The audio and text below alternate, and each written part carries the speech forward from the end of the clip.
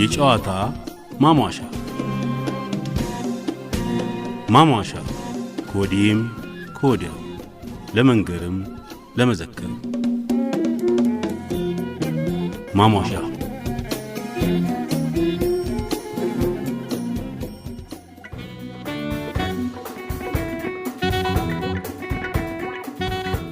ከአፄ ዮሐንስ አራተኛ ደብዳቤዎች ማለት ከስዩም እግዚአብሔር ዮሐንስ ለወዳጃችን ለትልቂቱና ለደገኛይቱ ንግሥት ቪክቶሪያ ከጻፍ ሁሉ ወዲህ እንደምንሆ በጥቅምት 12 ቀንና ደግሞም ከኢጣሊያኖች ጋር ታረቁ የሚል በኅዳር 16 የተጻፉ ደብዳቤዎች ደርሰውኝ በእርሶም ላይ በቱርኮችም ላይ ምንም አለማድረጌንና ክፉ ሥራን አለመስራቴን በእውነት ገልጬ ነግሮታለሁ። በእኔና በእንግሊዝ በምስርም መካከል የተደረገው ውል እኔ ሳልፈቅድ አንድ እንኳ መሳሪያ በምጽዋ በኩል እንዳይወጣ ነበር። እነሱ ግን ሁሉን አፍርሰው መሳሪያ አምጥተው ለሾሆ ጎሳ ሸጠዋል። ሾሆም ጎሳ በአገሬ ላይ ትልቅ ውከት አስነስቷል። ጣሊያኖች ተበድለናል ስለማለታቸው ግን ጥፋቱ የነሱ እንጂ እኛ አይደለም። የኢትዮጵያን ነጋዴዎች በመከልከላቸውና ሳጥንና ዊአን በመያዛቸው ጠብ የጀመሩ እነሱ ናቸው። ንግዱን ስለምን ከለከሉ? ወደ አገሬ ስለምን ገቡ? እኔም በንግሥት ቪክቶሪያ ፈቃድ መታችሁ እንደሆነ ማኅተም አሳዩኝ፣ አለዚያ አገሬን ልቀቁ ብዬ ጻፍኩላቸው። እነሱ ግን እምቢ ስላሉ በዚህ ምክንያት ከራስ አሉላ ጋር ጦርነት ገጥመው ከሁለቱም ወገን ብዙ ሰዎች ሞቱ። እርሶስ ኢየሱስ ክርስቶስ የሰጠኝን አገር እንደምን ለኢጣሊያኖች ልቀቅ ይሉኛል? ልቀቅ እንኳ ቢሉኝ ያልተገባ ነገር ነው። የእርሱ ሐሳብ በመካከላችን ዕርቅ ለማድረግ እንደሆነ ይህ ዕርቅ የሚሆነው እነርሱም በአገራቸው እኔም በአገር የሆነን ነው። አሁን ግን በሁለታችንም ወገን ፈረስ ተጭኗል፣ ወራዴም ተመዟል። ቁጥሩም እንዳሸዋ የሆነ ወታደሬ ለጦርነት ተዘጋጅቷል።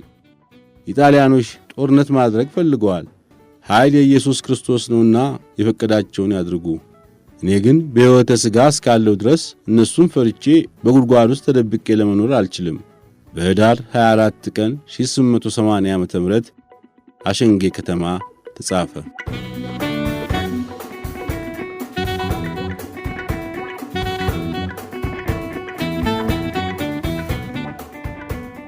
ጥሩምቡሌ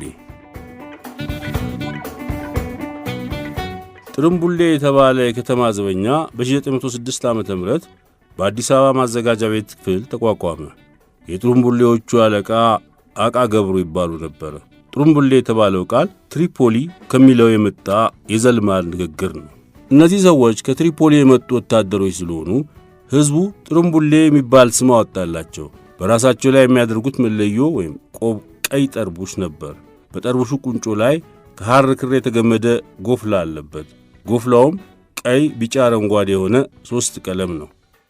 ኢጣሊያኖች በ1903 ዓ.ም ከቱርክ ጋር ተዋግተው በግብፅና በቱኒስ መካከል ያለውን የቱርክ ግዛት ሊቢያን በያዙ ጊዜ ወዶ ገብ ወታደር መቅጠር አስፈለጋቸው። ምክንያቱም የሊቢያ አረብ በሰላም የማይገዛ ሆኖ ይወጋቸው ስለነበረ ነው። በዚህን ጊዜ ከትግሬና ከጎጃም ከሸዋ ብዙ ሰው ለሥራ ፍለጋ ወደ አስመራ ይሄድ ነበርና ወዶ ገብ ወታደር ሆኖ ለኢጣሊያኖች ተቀጠረ። ኢጣሊያኖችም ተቀጣሪውን በትምህርት እያሰለጠኑ ወደ ትሪፖሊ ወስደው ወታደር አድርገው ስለነበረ ይህን ወሬ የሰማ ሰው ሁሉ የሞትን ነገር ሳያስብ ለእንጀራው ሲል ከኢትዮጵያ ከያውራጃው እየሄደ በብዙ መቶ የሚቆጠር ሰው ወዶ ገብ ሆነላቸው። ጥሩምቡሌዎቹ ወደ አዲስ አበባ እንዴት እንደመጡ አቶ መንገሻ ገዛኸኝ የነገሩኝንም እዚህ ላይ እጠቅሰዋለሁ ይላሉ መርሲ ያዘን ወልደ ቂርቆስ። የተወለድኩት በ1880 ዓመተ ምህረት ነው ይላሉ አቶ መንገሻ። በ1903 ዓመተ ምህረት ኢጣሊያኖችና ቱርኮች ሊቢያ ላይ ሲዋጉ ተዋግቻለሁ። ብዙ አማሮችም ለኔ ተቀጥረው መጥተው ይዋጉ ነበር። በውጊያው ላይ ብዙ ጊዜ የቆየነው ሰዎች በ1905 ዓመተ ምህረት ለረፍት ወደ አስመራ ተመለስን። በዚያን ጊዜ በአስመራ የነበሩት የኢትዮጵያ ቆንስል ልጅ ወሰኔ ዛማኔል ይባላሉ። ኑ ወደ አገራችሁ ግቡ፣ ልጅ ኢያሱ ደሞዝ እየሰጡ በወታደርነት ያኖሯችኋል እያሉ አባበሉን። ምክራቸውን ስለተቀበልነው ከአስመራ ወጥተን ወደ ደሴ ያለፍን። አወጣጣችን ግን በቁስለኝነትና በሕመም ምክንያት ረፍት እየጠየቅንና ወረቀት እየተቀበልን ነው። አለቃችን አቃ ገብሩ ናቸው። እሳቸውን መሪ አድርገን ከአስመራ የወጣነው 412 ሰዎች ነን። ከመቃዲሾም እንዲሁ 40 አማሮች መጥተው ነበር። እኛ ሁላችን በ1906 ዓመተ ምህረት በክረምቱ ውስጥ አዲስ አበባ ደረስንና በልጅ ኢያሱ ትእዛዝ የአራዳ ዘበኞች ሆነን ሥራ ጀመርን። ነጋድራስ ኃይለ ጊዮርጊስ የሥራ ባልደረባ እንዲሆኑን ልጅ ኢያሱ አዘዟቸው። አለቃችን አቃ ገብሩ ሥራውን ለማቋቋም ብዙ ደክመዋል። አጭር አልቤን ጠመንጃ ተሰጠንና ጃን ሜዳ ላይ በየቀኑ የሰልፍ ትምህርት ስናሳይ እንውል ነበር። በዚህ ጊዜ ሕዝቡ በራሱ ሐሳብ ጥርምቡሌ ተባለ ስም አወጣልን። ልጅ ኢያሱ የዘበኞቹን ቁጥር ለማበርከት ስለፈለጉ ሌሎች ወጣቶች እየተቀጠሩ እንዲገቡ አድርገው ነበርና ሰልፍ አስተማርናቸው። እነርሱንም ሕዝቡ ጥርምቡሌ እያለ በእኛው ስም ይጠራቸው ጀመር። ሥራችን በአዲስ አበባ ብቻ ሳይወሰን በከፊል እየታዘዘን በየአገሩ እንሄድ ነበር። የመቶ አለቃ ነበርኩ ብለው ተርከውልኛል ይላሉ ብላታ መርስ ያዘን የ20ኛው ክፍለ ዘመን መባቻ በሚለው መጽሐፋቸው።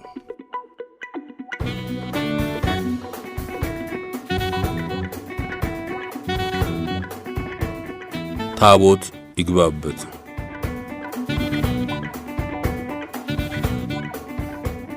በመንግሥቱ ለማ መጽሐፈ ትዝታ ዘአለቃ ለማ መጽሐፍ ላይ አባታቸው አለቃ ለማ እንዲህ ብለው ነበር። አጤ ምኒልክ ይህን አገር ጥለው አዲስ ዓለምን ቆረቆሩ። በበጋው ላይ ነው። አብይ ጦምን እዚያው ተቀምጠዋል። በእንጨት ችግር ጥለው መሄዳቸው ነው አዲስ አበባን። ምን ሆነው ይኑሩ? ያ የሜጫ ዛፍ መቼም አዲስ ዓለም ጥዱ እንዲያ ነበር ያን ጊዜ። መኳንንቱ እንዴት ያለ ቤት ሠራ። እሳቸውም ቤታቸውን አሳምረው ሰርተዋል። እንግዲህ አዲስ አበባ እንመለስም ብለው ሙሴ ሜንዶን ፈረንሳይ ነበረ።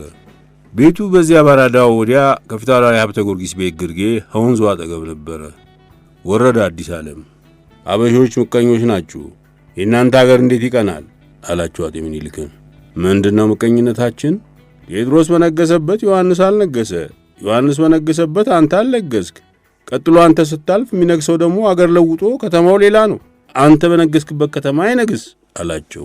ምቀኝነት መች ነው? የእንጨት ችግር ነው እንጂ አባቶቼ አንኮበር ጫካ ነበር። ያንን በዘበኛ አስከልክለው ድሃ እንዳይቆርጥ እንጨት አይሰብር ቤት አይሰራ የእነሱ ብቻ የቤተ መንግሥት አድርገው ይኖሩ ነበር። እኔ አጤ ቴዎድሮስ አምልጬ መጣሁ። አንኮበር ስገባ ያ የተከተለኝ ሁሉ ወታደሩ መኳንንቱ ብዙ ነው። በአንድ ዓመት ያ ሁሉ እንጨት አለቀ። ከዚያ ተነስቼ ነዋሪ ወረድኩ። የዚያን አገር እንጨት ጨረስኩ። ከዚያ ተመልሼ ደቦ ጎጆ ካዳ ግርጌ ድረስ ጨረስኩ። እንዲህ ያለ ነው። አሁን ደግሞ ይህንን አዲስ ዓለም 2 ዓመት ቢችለኝ ቀጥዬ እሄዳለሁ። እስከ ከፋ ድረስ እሄዳለሁ። እድሜን የሰጠኝ እንደሆን እንጨት በመፈልግ ነው። ሌላ ምን አለ? እንጨት ባመጣልህስ አላቸው። በባቡር የሚመጣ መስሏቸው ከፈረንሳይ እንጨት መጥቶ እንጀራ ተጋግሮ ወጥ ተሰርቶ ይሆናል ሲሉ ጊዜ መቼ እንዲህ ነው ይተከላል እንጂ እንዲህ ተተክሎ ደርሶ ሊሆን እንደዚህ ያለ አገር በእንጨት በዚሁ ቀና እስከ 3 ዓመት ይደርሳል ሲላቸው ጊዜ እንግዲያ አዲስ አበባ ያማረምን ነገር ተገኝቶ ከሆነልኝ አሉት። መጣ ተከለ አፈሰሰ ፍሬውን። ያውን ነው ታድርሻለሁ አለ ሙሴ ሜንዶን። እንግዲህ እየወሰዳችሁ ትከሉ ውሃ እንድታጠጡ አሉ አጤ ምኒልክ ካህኑን ወታደሩን። ያን ጊዜ ውሃ በቧንቧ አልገባም። 6 ለአንዱ ሰው 6 ለአንዱ ሰዱ አሉ። ለሳቸውም ወሰዱ ተከሉ። ኋላ መቼም አገራችን ለክፋት የታደለ አገር ነው። አንዱ እንዲያኮ ማድረጋቸው እኛ ውሃ እያጠጣ እንድናሳድግላቸው ነው። ንጉሥ እንጂ መንግሥት ነው እንጂ ድሃ አይቆርጠው አይማግደው ቤት አይሠራው አልና ሲል ጊዜ ዓለም ሁሉ ተናጋ። የንጉሥ ነው አሉ አይቆርጡም አሉ ተባለ። ርዕሰ ደብር መኮንን የምንለው አለ። እሱ እኔ ምን ቸገረኝ እስካለው ለጊዜው ደስ ይበለኝ እንጂ ንጉሥ ቢወስድብኝ ምን ቸገረኝ አለና ወንዝ ዳር ነው ቦታው 6 እሱ ተከለ። የቀረዋን ተክልም አለ።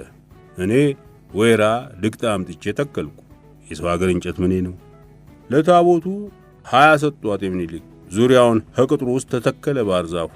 እገሌ ይህን ያጠጣ ተብሎ ታዘዘ ካህኑ። አለቃው ያሬድ ናቸው አዛዡ። ጸደቀ። ምን አለ በአመቱ ሁሉ ተከለ። እኔም ተከልኩ ባያሌው።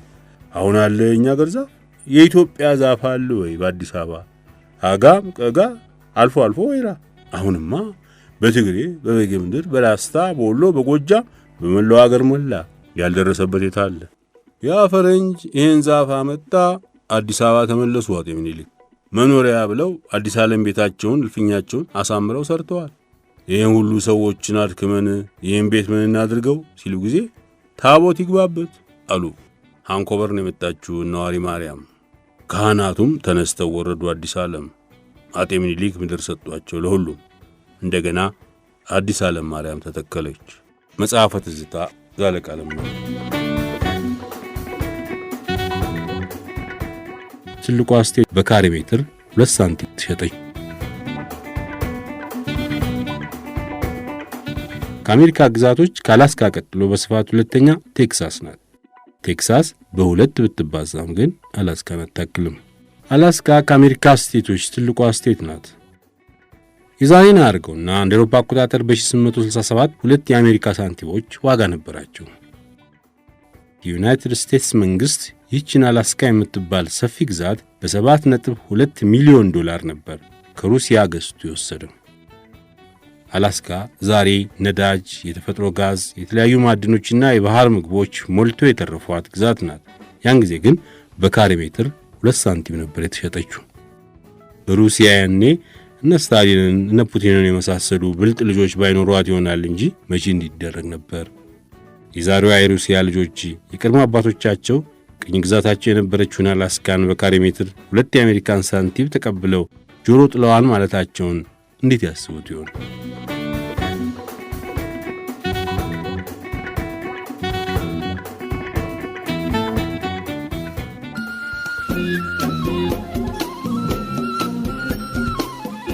የጨዋታ ማሟሻ